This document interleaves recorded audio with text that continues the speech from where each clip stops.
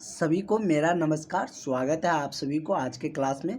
आज हम लोग प्राइमरी हेल्थ केयर का आगे का क्वेश्चन देखेंगे। इसका अभी तक हम लोगों का 3 लेक्चर हुआ है और इसमें हम लोग सारे क्वेश्चन में एक्सप्लेनेशन के साथ आगे बढ़ रहे हैं। जहाँ पर भी ज़रूरत होते हैं एक्सप्लेन करने का, वहाँ पर एक एक पॉइंट को हम समझाते हुए चलते हैं, क्योंकि जो समझे रहिएगा ना वही आपको एग्ज़ाम में काम आते हैं। आप पढ़ने के लिए तो आप खुद से भी क्वेश्चन पढ़ सकते हैं, लेकिन चीज़ों को समझना और उसको समझकर एग्ज़ाम में एनालाइज करना, क्योंकि समझा हुआ चीज़ ही एग्ज़ाम में रहता है। जब ऐसे आप टेस्ट देने जाते हैं तब भी आप कुछ सवाल भूल जाते हैं।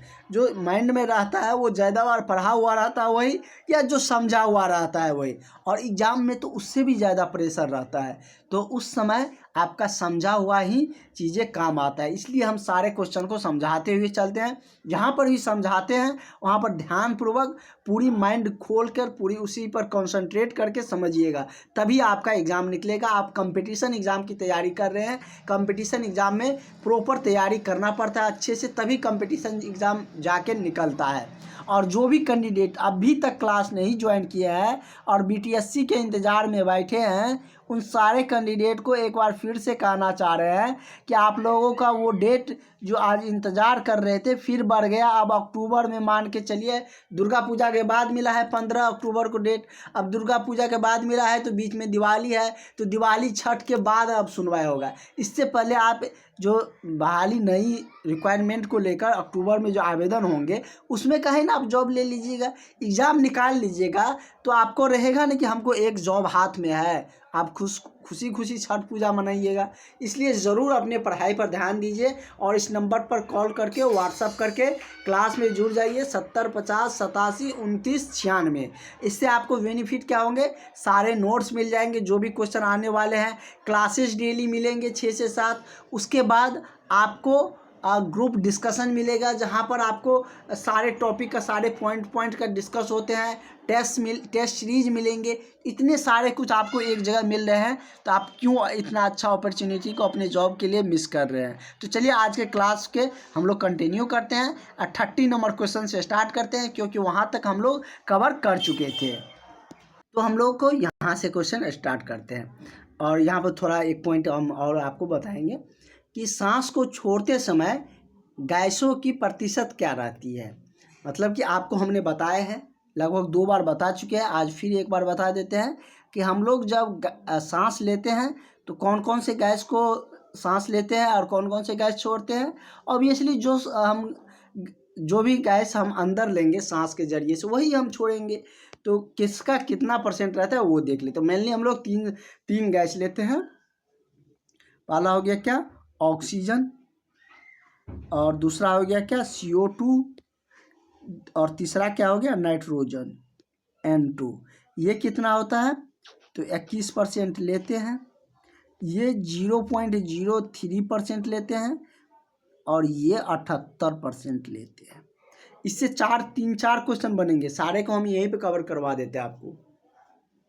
ये गैस तो हम लेते हैं, ऑक्सीजन, CO2, कार्बन डाइऑक्साइड जिसको कहते हैं, नाइट्रोजन, ये 3 गैस लेते हैं। कितनी मात्रा में लेते हैं, तो 21% हम लोग ऑक्सीजन लेते हैं, 0.03% हम लोग और कार्बन डाइऑक्साइड लेते हैं, और 78% नाइट्रोजन लेते हैं। परसेंट समझते हैं आप लोग, मतलब जैसे क्या 100 में हम काउंट कर रहे हैं तो 100 मान के चलते हैं, तो वहाँ पर हम 21 ऑक्सीजन लिए, 0.03% कार्बन डाइऑक्साइड लिए, 78% क्या लिए, नाइट्रोजन लिए। देखिए तीनों को जोड़िएगा तो 100 पूर जाएगा, मतलब परसेंट 100 में डिफाइंड होता है। तो वही यदि हम छोड़ने की बात करें तो छोड़ते समय क्या करते हैं, हम लोग कुछ ऑक्सीजन रख लेते हैं, क्योंकि हमारे शरीर में ऑक्सीजन की ज़रूरत पड़ती है, क्योंकि ऑक्सीजन ही हमारे शरीर में ब्लड में मिलकर उसको क्या कहते हैं, शुद्धिकरण करते हैं ब्लड को। और ये होता कहाँ है, ये किसके द्वारा होता है, तो ये फेफड़ा का काम होता है। फेफड़ा का काम होता है कि हीमोग्लोबिन या रक्त में क्या करता है, तो ऑक्सीजन को मिला देता है। ऑक्सीजन को मिला देता है, वहीं पर क्या होता है, फेफड़ा में ही, फेफड़ा के जरिए ही रक्त का शुद्धिकरण भी होता है। इसलिए हम लोग ऑक्सीजन छोड़ते समय, सांस छोड़ते समय 3 या 4% रख लेते हैं, मतलब 4% मार के चलिए 17% छोड़ते हैं। ठीक है, यहाँ पर 16 लिखा है, वही 16-17% छोड़ते हैं। उसके बाद और जो 4% हम रखे थे ऑक्सीजन, वही हम छोड़ देते हैं। कितना? 4% हम कार्बन डाइऑक्साइड बढ़ा देते हैं, ठीक ना, छोड़ते समय। क्योंकि हम 100% लिए थे, 100% छोड़ेंगे, क्योंकि जितना हम लोग मतलब सांस में जितना गैस लेते हैं उतना ही छोड़ते हैं, और जितना हम लोग 1 मिनट में सांस लेते हैं उतना ही छोड़ते भी हैं। ये भी बात ध्यान में रखिएगा। और नाइट्रोजन ज्यों का त्यों रह जाता है। 78% लेते हैं, 78% छोड़ते हैं। तो नाइट्रोजन से एक और क्वेश्चन बनते हैं कि कौन सा ऐसा गैस है जो कि हम लोग सांस के द्वारा अपरिवर्तित रहता है, जितना लेते हैं उतना ही छोड़ते हैं। तो कौन है? नाइट्रोजन। बाकी दोनों में तो परिवर्तन देखने को मिले, लेकिन नाइट्रोजन में कोई परिवर्तन नहीं हुआ है। तो इसका करेक्ट आंसर क्या हो जाएगा? तो सांस छोड़ते समय हम किस गैसों के प्रतिशत क्या रहती है? तो कार्बन डाइऑक्साइड 4%, नाइट्रोजन 78, ऑक्सीजन 16। तो इसका करेक्ट आंसर क्या हो जाएगा? उपयुक्त तीनों। तो correct answer option number D है। अगला है कि शोषण ऊर्जा कौन सी ऊर्जा का उदाहरण है? जब हम सांस लेते हैं तो यह किस तरीके का ऊर्जा है? गति ऊर्जा, स्थिति ऊर्जा, रासायनिक ऊर्जा या यांत्रिक ऊर्जा? इसको इंग्लिश में आप लोग जानते होंगे, इसको काइनेटिक एनर्जी बोलते हैं। इसको क्या करते हैं? इसको हम लोग पोटेंशियल एनर्जी कहते हैं, पोटेंशियल एनर्जी। इसको केमिकल एनर्जी, इसको क्या कहते हैं? Mechanical energy. तो मैकेनिकल और तो ये तो मतलब क्या करता है कि ये तो जनित्र सब में लगा रहता है, जो कि इलेक्ट्रिसिटी के लिए प्रोवाइड करने के लिए होते थे। ये तो होगा नहीं, काइनेटिक ऊर्जा भी नहीं होगा, पोटेंशियल भी नहीं होगा, रासायनिक ऊर्जा होंगे। क्योंकि यही मतलब क्या होता है कि शोषण क्रिया में हमारे शरीर का ऊर्जा का जो उदाहरण होता है, मतलब किस रूप में होते हैं? तो रासायनिक ऊर्जा। क्योंकि हमारे शरीर में क्या है? ऑक्सीजन, नाइट्रोजन, ये सब क्या है? रसायन के फॉर्म में ही रिएक्शन करेंगे, तो रासायनिक ऊर्जा होगा। इस तरीके से सोच सकते हैं, ठीक ना। ये सब प्रोसेस कहाँ पर होता है? Oxygen, nitrogen, carbon dioxide, CO2, ये सब अभिक्रिया कहाँ करता है? रासायनिक रसायन के अंतर्गत ही आते हैं। ये सब तो फिजिक्स के पार्ट हो गए। तो यही हो जाएगा। इस तरीके से सोच के आप लोग पढ़े रहिएगा, तो आप एग्ज़ाम में कभी कंफ्यूज मत करिएगा, और एग्ज़ाम में आप करेक्ट आंसर, सही आंसर करके आइएगा। ये सब टॉपिक इजी टॉपिक है। इस सब टॉपिक से आप क्वेश्चन को मिस बिल्कुल भी नहीं कर सकते हैं, क्योंकि इजी टॉपिक से आप मिस करते हैं तो आपका रैंक बहुत नीचे आ जाएगा, और उससे सिलेक्शन नहीं होगा, आपका मेरिट लिस्ट नहीं बनेगा। तो आप जब मेरिट नहीं बनेगा तो जॉब होगा ही नहीं। इसका करेक्ट आंसर क्या हो जाएगा? ऑप्शन नंबर आपका सी सही हो जाएगा। नेक्स्ट क्वेश्चन की तरफ बढ़ते हैं हम लोग।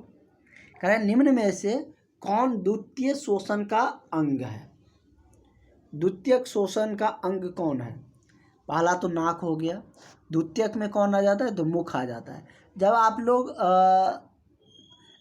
प्रमुख क्या है? प्रमुख शोषण अंग तो नाक ही है ना हम लोग का। मतलब कि हम लोग जनरली नाक से ही सांस लेते हैं, तो प्रथम तो नाक को लेंगे।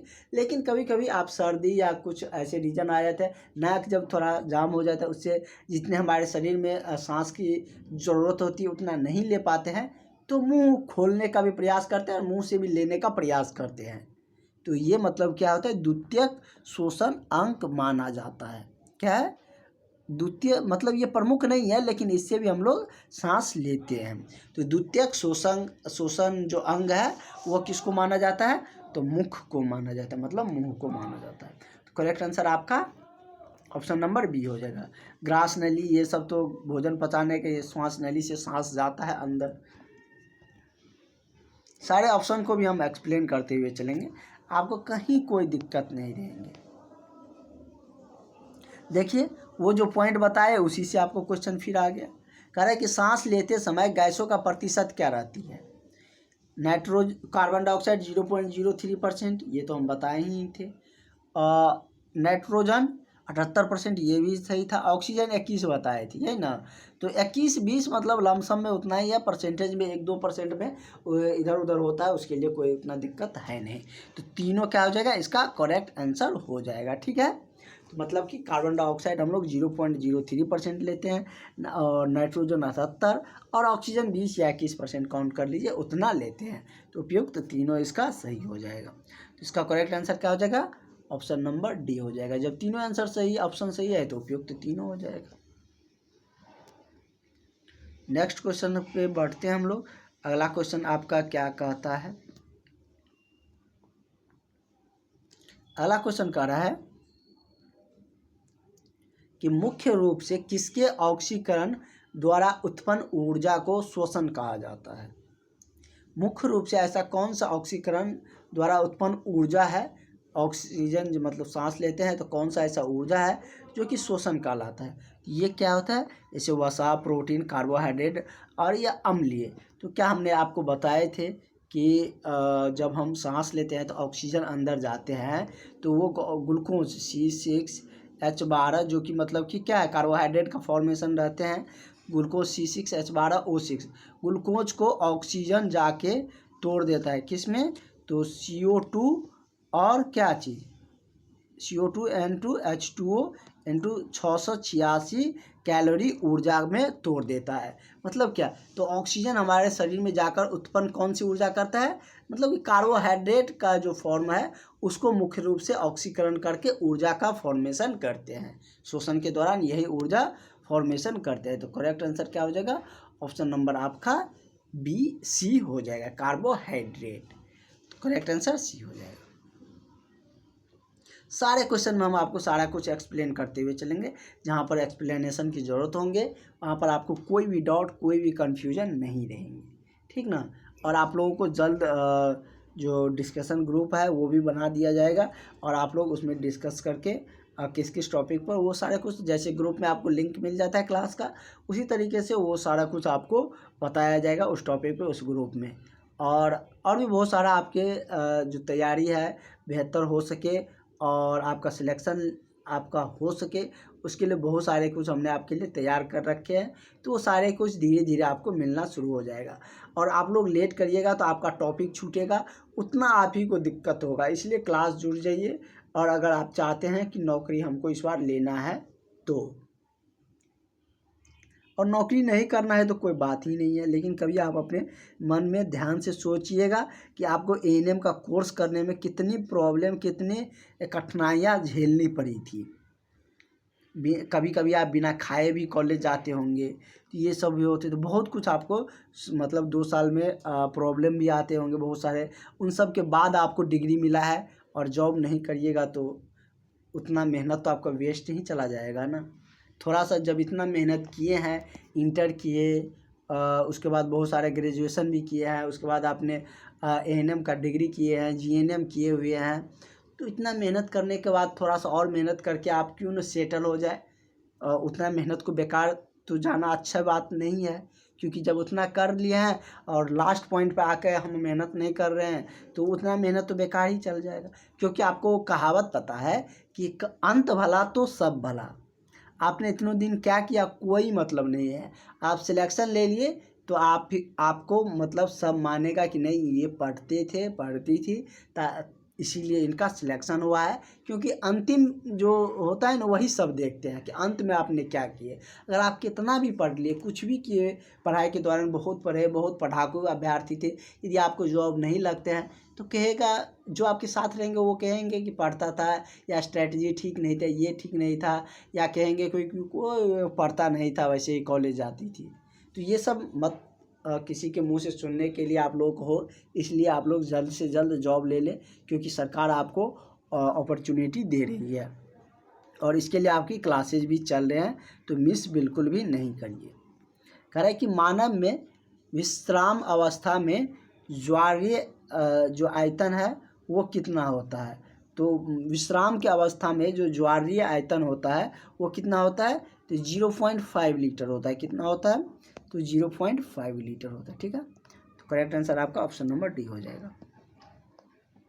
आज ज़्यादा क्वेश्चन देखना है, इसीलिए ज़्यादा बहस नहीं क्लास में, स्पेशली हम लोग जहाँ पे एक्सप्लेन की ज़रूरत होंगे वहाँ पर हम बताएंगे ही, उसके लिए आप लोग घबराइएगा नहीं, लेकिन हम लोग क्वेश्चन भी आज ज़्यादा देखेंगे।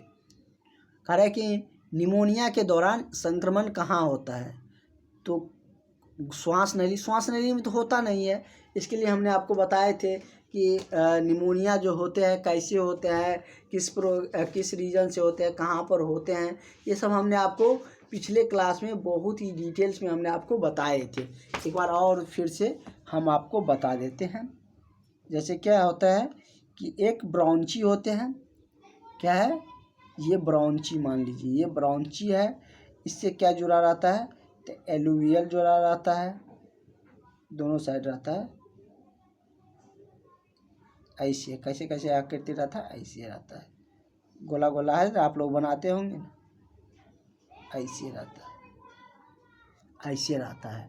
इसी में क्या होता है कि ये अगर जाम हो जाता है ना, इसमें सांस जब लेते हैं ये इसमें गैसों का आदान प्रदान होता है, इसके ज़रिए इसमें जाते हैं, गैस का आदान प्रदान होते हैं। अगर ये जाम हो जाता है ना तो निमोनिया हो जाता है। यह कुपी, जिसको क्या कहेंगे, कुपिकाओ कहेंगे। तो कुपिकाओ यदि संक्रमित हो जाए या जाम हो जाए तो उससे क्या होता है, निमोनिया होता है। तो करेक्ट आंसर तो यही हो जाएगा। इससे और क्या फॉर्मेशन होता है, क्या क्या बीमारी होती है, क्या क्या क्वेश्चन बन सकते हैं। अगर इसमें छिद्र हो जाए तो टीबी हो जाता है। क्या हो जाता है, टीबी होता है, बी नहीं होता है, टीबी हो जाता है।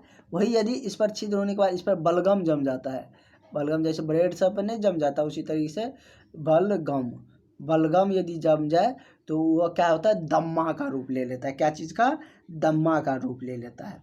इसको बोलते क्या है, तो एलुवियली बोलते हैं। इसको क्या बोलते हैं, तो इसको हम लोग ब्रॉन्ची बोलते हैं। तो इसका करेक्ट आंसर क्या हो जाएगा, निमोनिया के दौरान संक्रमण कहाँ होता है, तो कुपिकाओ में होता है। तो करेक्ट आंसर आपका क्या हो जाएगा, ऑप्शन नंबर बी हो जाएगा। इतना एक्सप्लेन करके विथ फिगर के साथ आपको कहीं नहीं बताया जाएगा जितने हम एक्सप्लेन करके, जितना अच्छा से हम आपको बता रहे हैं। इसलिए आप लोग अगर एक क्लास भी मिस करते हैं ना तो आप लोग अपनी तैयारी से, अपनी जॉब से दूर जा रहे हैं, क्योंकि सारे कुछ एक दूसरे से लिंक रहता है। ये सब डिटेल्स में हमने कल के क्लास में और भी डिटेल्स में चर्चा किए थे। क्योंकि फर्स्ट बार कोई चीज़ बताते हैं उसको बहुत डिटेल्स में बताते हैं, फिर दोबारा उसी चीज़ को डिटेल्स में बताते रहेंगे तो नया चीज़ सीखने को नहीं मिलेगा। इसीलिए उस पर कम समय देते हुए आगे बढ़ते हैं।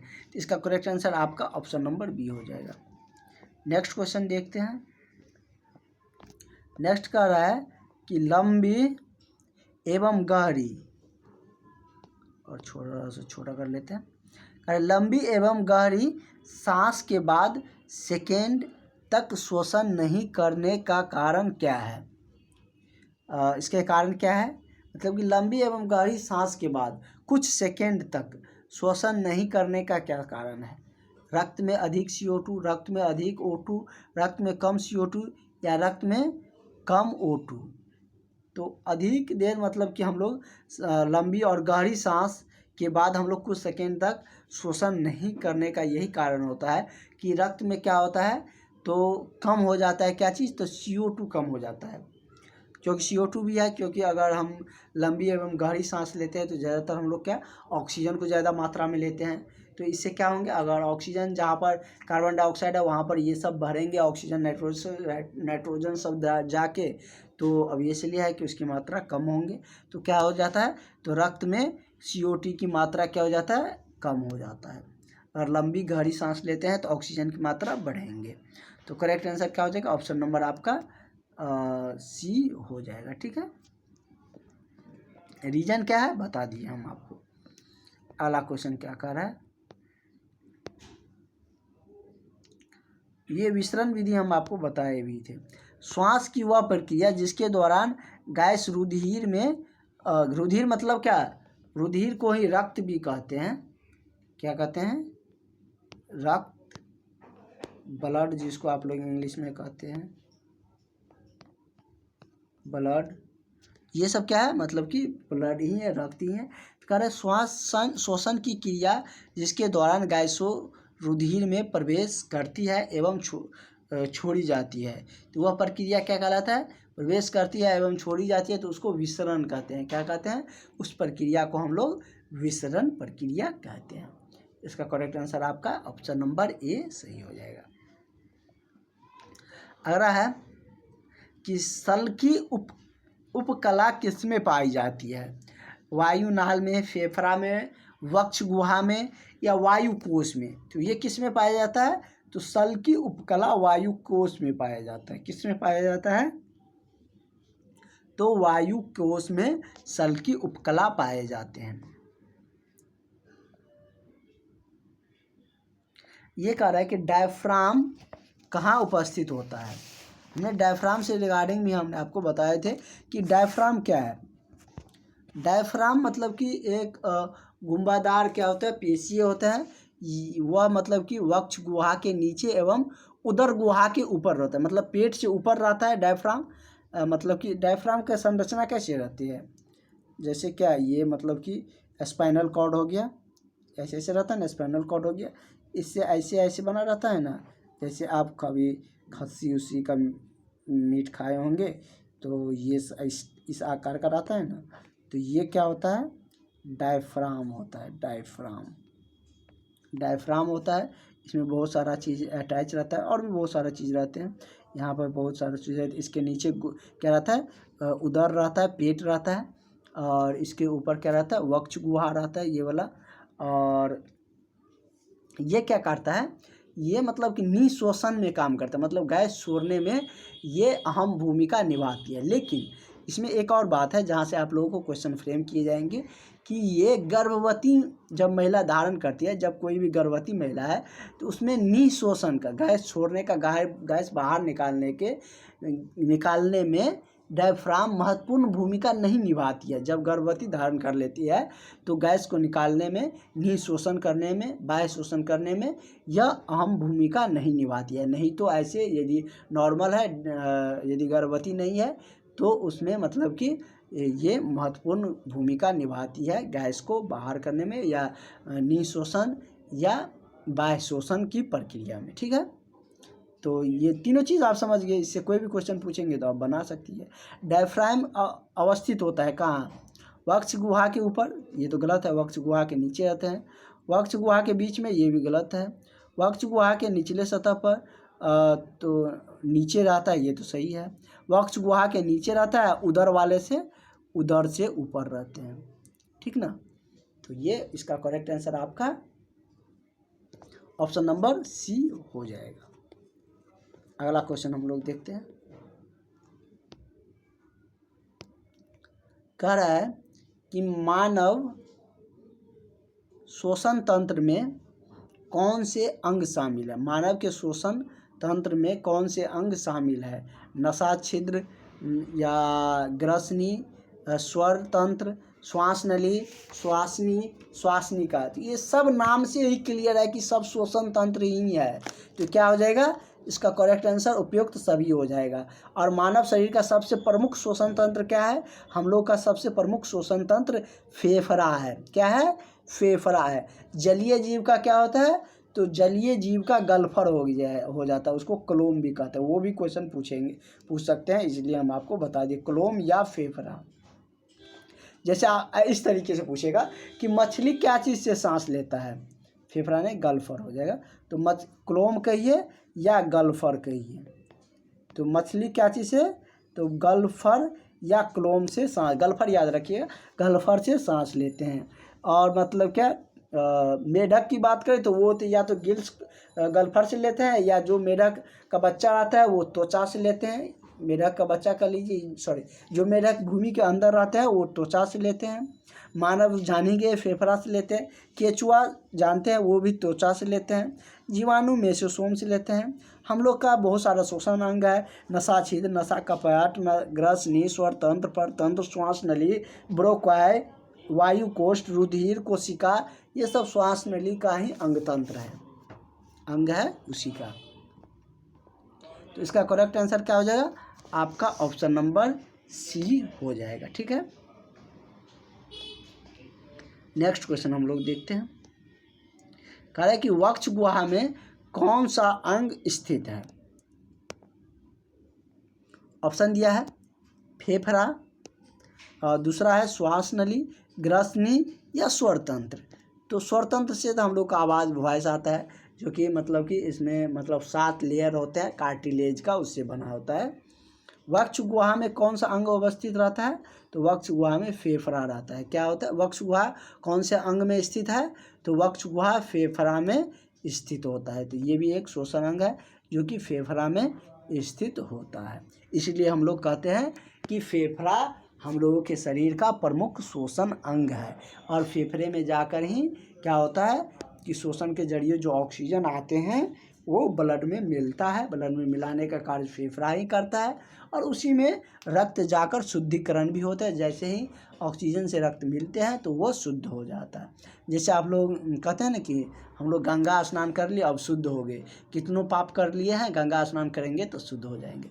और ये नहीं देखते हैं कि हम लोग का मतलब कि हम लोग पाप ही या पापाचरण करें ही क्यों, ऐसी गलती करें ही क्यों जिससे हमको मतलब कि शुद्धिकरण होने की ज़रूरत पड़े। तो इस तरीके से आज के क्लास को हम लोग यहीं रखते हैं। आगे की क्लासेज में नेक्स्ट आगे का क्वेश्चन हम लोग कंटिन्यू रखेंगे और इस तरीके से हम लोग का क्वेश्चन अभी चलता रहेगा। तो जो भी कैंडिडेट अभी तक क्लास नहीं ज्वाइन किए हैं ज़रूर ज्वाइन कर लीजिएगा, वीडियो को शेयर कर दीजिएगा ताकि और भी आपके फ्रेंड क्लास में जुड़ सके। Thank you.